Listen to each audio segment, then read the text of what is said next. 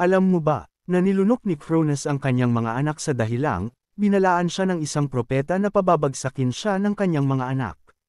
Nang ipinanganak na si Zeus, naging mautak ang kanyang ina na si Rhea. Sa tulong ng kanilang ina na si Gaia, palihim na. Dinala ni Rhea ang sanggol na Zeus sa isang kuweba sa bundok, at doon ay iniwan. At agarang bumalik si Rhea kay Cronus na may daladalang bato na kasing laki ng sanggol at nakabalot sa tela, para maging replika ni Zeus. At agad itong nilunok ni Cronus sa pag-aakalang, ito ang kanyang anak na si Zeus. Samantala, sa kuweba ay nagpatuloy ang buhay ni Zeus kasama ang mga nymphs at kambing na nagngangalang Amalthea. At dito sa kuweba, nagpadala si Gaia at Rhea ng mga maliliit na sundalo na kilala sa tawag na mga Coretes, para bantayan ang labas ng kuweba.